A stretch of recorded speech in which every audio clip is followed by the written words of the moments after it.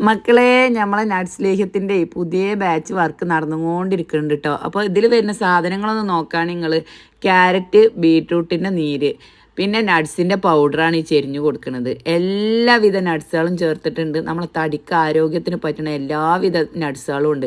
പിന്നെ അതിലേക്ക് വരുന്നതാ ഇത് ഈത്തപ്പഴം, അടിപൊളി ഈത്തപ്പഴം കുരു കളഞ്ഞങ്ങാണ്ടേ നമ്മളെ തേങ്ങാപ്പാലൊക്കെ വേവിച്ചങ്ങാണ്ട് അതും ചേർക്കുന്നുണ്ട്. പിന്നെ നമ്മളെ വിറ്റാമിൻസിൻ്റെ കലവറയായ നെല്ലിക്ക, നമ്മളെ മുടി കൊഴിച്ചിലിനും ആരോഗ്യത്തിനും ഒക്കെ പറ്റുന്ന നെല്ലിക്ക ഉണ്ട്. അതേപോലെ തന്നെ പിന്നെ വരുന്ന നട്സുകളാണ് കേട്ടോ. പിന്നെ മക്കാന, വാൽനട്ട്, പിന്നെ കടല, ബദാം, അങ്ങനെയുള്ള സാധനങ്ങൾ പിന്നെ ഒരുപാട് വരുന്നുണ്ട് കേട്ടോ.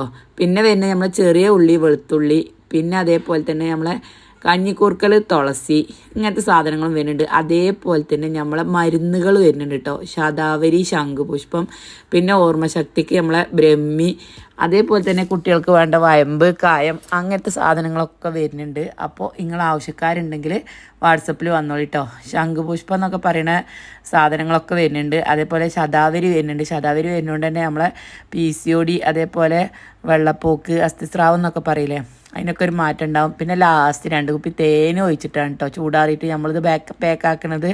അപ്പോൾ ഇതിൻ്റെയൊക്കെ ഗുണങ്ങൾ എന്താ വെച്ചാൽ നമ്മൾ ശരീരം ഒരു പുഷ്ടിപ്പെടും, അതേപോലെ മുഖം ഒരു ഗ്ലോ ആവും, കാണാനൊക്കെ ഒരു ചൊറുക്കും, പിന്നെ ഒരു ചൊരി നീരൊക്കെ അല്ല ശരീരം എന്നൊക്കെ പറയില്ലേ. പിന്നെ അതേപോലെ തന്നെ കുട്ടികൾക്കും മുതിർന്നവർക്കും എല്ലാവർക്കും പറ്റും കേട്ടോ.